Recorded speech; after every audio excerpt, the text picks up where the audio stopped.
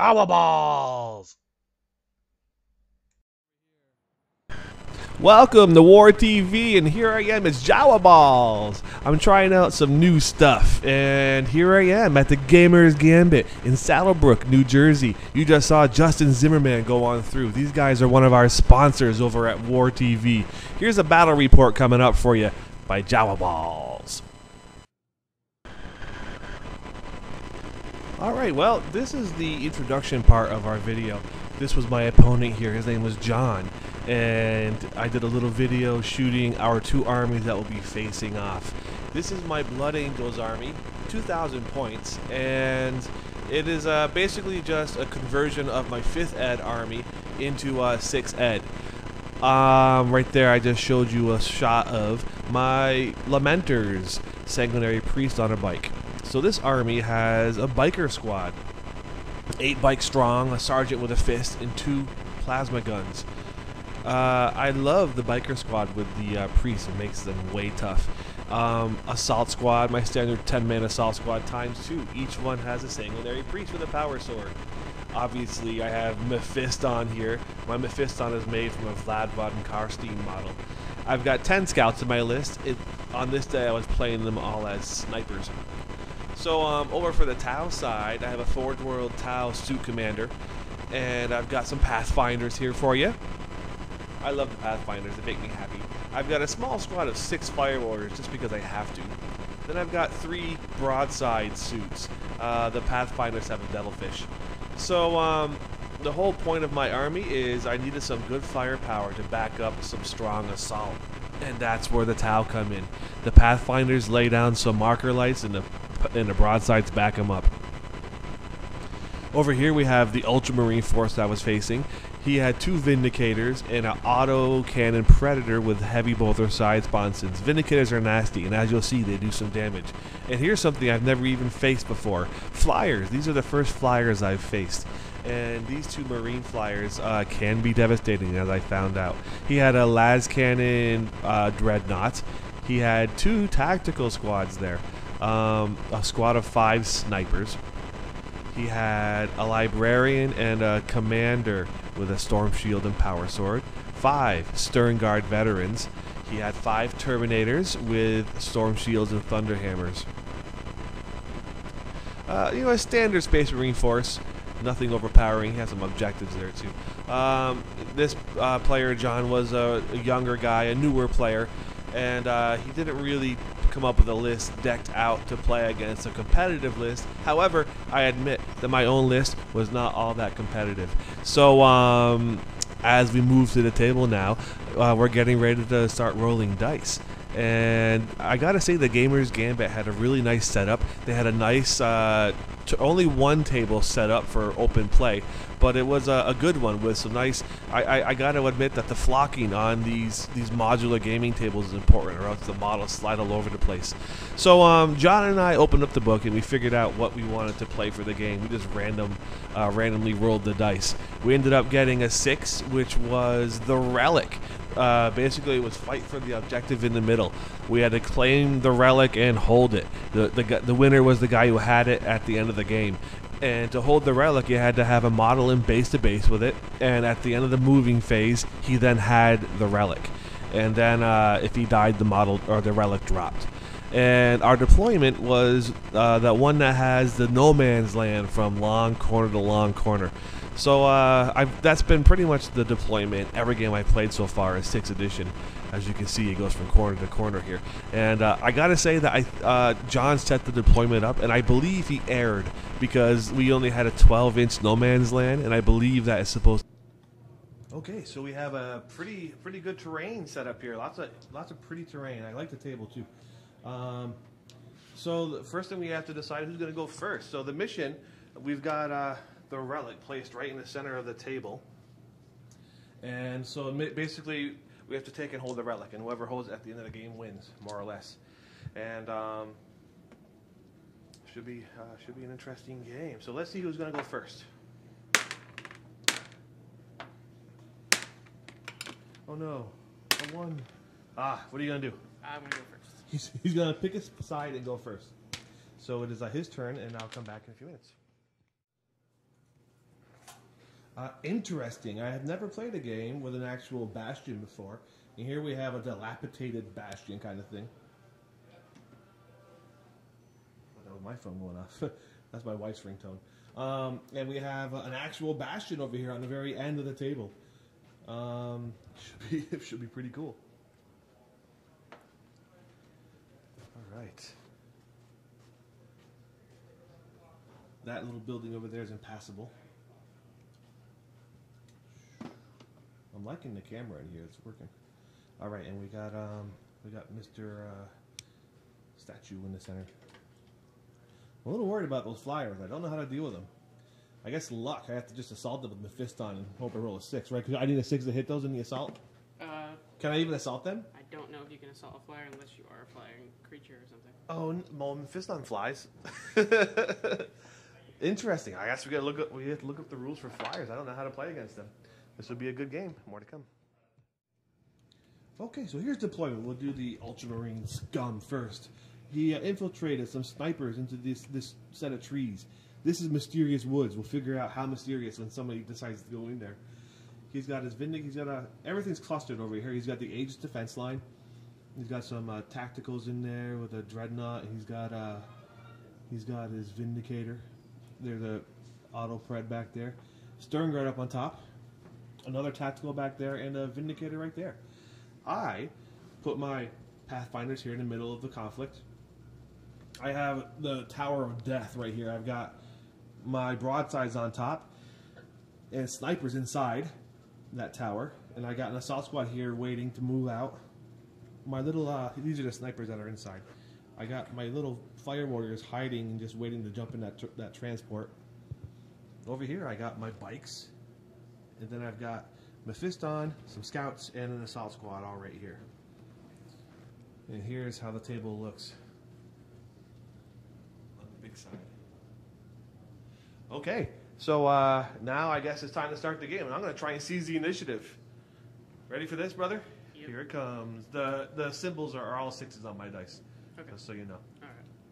Okay, here it is. Give it a nice big roll. Throw it up in the air. Oh, how counter-climactic that was. A 2. All right, dude. Good luck, man. Go get it. All right. Okay, so John opened up with a salvo. He just laid down some withering fire, dropping an orbital bombardment over here. No cover saves at all. I lost both my drones and some Marines on that one. Luckily, it was a weak hit for him. Then he hit them again with a Vindicator, but failed to kill anything because of the saves, the cover saves. He's shaken the transport. But shaken is just, it can't shoot. Actually, it can still snap fire even, right? Yep. With shakens. So the fire warriors breathe a sigh of relief. He killed, I think, 2 of my assault marines in the cover over here. Oh, I got to make a leadership test right here on my Pathfinders. They lost 3 out of 8, which is more than 20%. Yep. So here's their leadership test, and that fails. They're going to run 6 inches. Yeah, I'll get back to that. So they got to run 6 inches. And then that's all we have for damage. Now it's time to run. I'll get back to you in a second. Okay, I found out something that I did not know before. What's your name? Trevor. Trevor, man. Trevor knows the rules for 6th edition. And I just found out that dangerous terrain tests are nothing. Because I had all my Marines in this piece, and they jumped out of it. So you roll the dangerous terrain. You get a 1. You got to make a save, an armor save. Before it was just auto death. But you get an armor save, which also grants feel no pain because it's a save. So now dangerous terrain is silly, and so that makes assault marines way, way better, which I did not know. That is fantastic. So that would have totally changed my deployment with that squad too if I had known that. So good to know. And I moved up. My suits made his Vindicator disappear back there, and I assaulted that Vindicator with my assault squad and just wrecked it, giving themselves a nice little cover save. My Pathfinders regrouped and used their marker lights to light up that Vindicator, which helped my suits shoot. And then these guys over here actually put a hull point on that Vindicator before I killed it with the plasma gun. Pretty good round for me. Killed the 2 big threats from my poor guys. But now he's got some flyers coming on, yep, which is just going to annoy me for the next hour and a half because I can't do anything to them. More to come. All right, so a lot of shooting. He killed more of my Pathfinders. I lost most of them, but the squad made the save, or the test. He killed one, I think, of my Assault Marines over there. One, right? Or even? One. He, and that's just about all he really did for shooting. You know, that was good with the Pathfinders. I'm not sure how market lights work against flyers, but we're going to find out. He killed a couple of guys over there. I think enough to force the leadership, right? Yeah, I think so. Would you kill Yeah. two? No, I killed 2 or 3. Well, two here, or let's hear the three. test anyway. Which is fine. They passed it. So now on my turn, I'm going to go and stomp those snipers with my Assault Marines. My bikes are going to go take the objective. And Mephiston's going to go and talk trash against a Dreadnought. And over there, I'm going to shoot everything I have at that flyer and try and take it down with 6s. So we'll see. All right, more to come. So I just learned, Trevor, right? Trevor, man. He's my man. I just learned another fact that I had no idea. I can actually move that devilfish like 24 inches in a turn. And that's amazingness right there. So, oh no. No, right there. leave them alone. It's gonna be right here. Make a test. Don't roll that one. It doesn't make it. It's flying over it. Don't flyers ignore terrain? Really? Yeah. What? Because they're flying. So, very cool, man. Learning lots of stuff. Mephiston just jumped up there and thumped that Dreadnought. And now they're all flying the coop. Like, run away! This flyer came on. It's going to fire up at my troops over here. My fire warriors are going to zoom up to try and take the objective. Oh boy, now what do I... And I guess now I'm going to have to shoot at that stupid flyer. I hate them. All right, more to come. Well, it's definitely a game of learning 6th edition. You know, I've only played 4 or 5 games myself. Trevor, man, is the king over here, teaching a lot of stuff. You know, so we learned that that devilfish suck, of course, and we learned that the flyers are awesome if you have no way to kill them against you. Mephiston learned that Dreadnoughts still suck. He ate that one for breakfast. And let's see. Now I got to get to the objective, and I got to take it and hold it against him. So that's what we're going to try and do. And Mephiston's going to try and whittle down all of his boys before those Terminators come. My bikes are going to jump into the action up here. And all of my troops that are here are going to try and take the objective. While over there I shoot some more stuff down. So let's see what happens. All right, more to come. Okay, so the game's winding down. Over there, a horrible result for the Space Marines. They assaulted the captain jumped in, thinking he's all that, and failed to hurt the sergeant. And then they lost combat, and he barely failed to run off the table.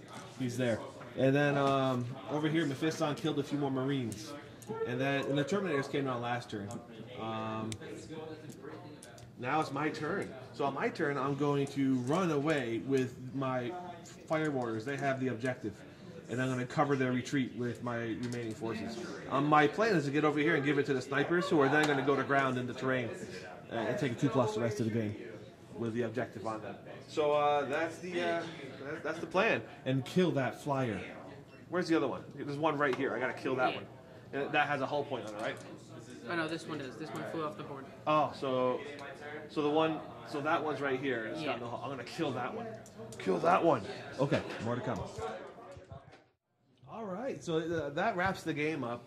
My bikes finished off the Terminators. I did some heavy damage with my snipers, of all people, hiding in the Bastion. The whole game just firing away.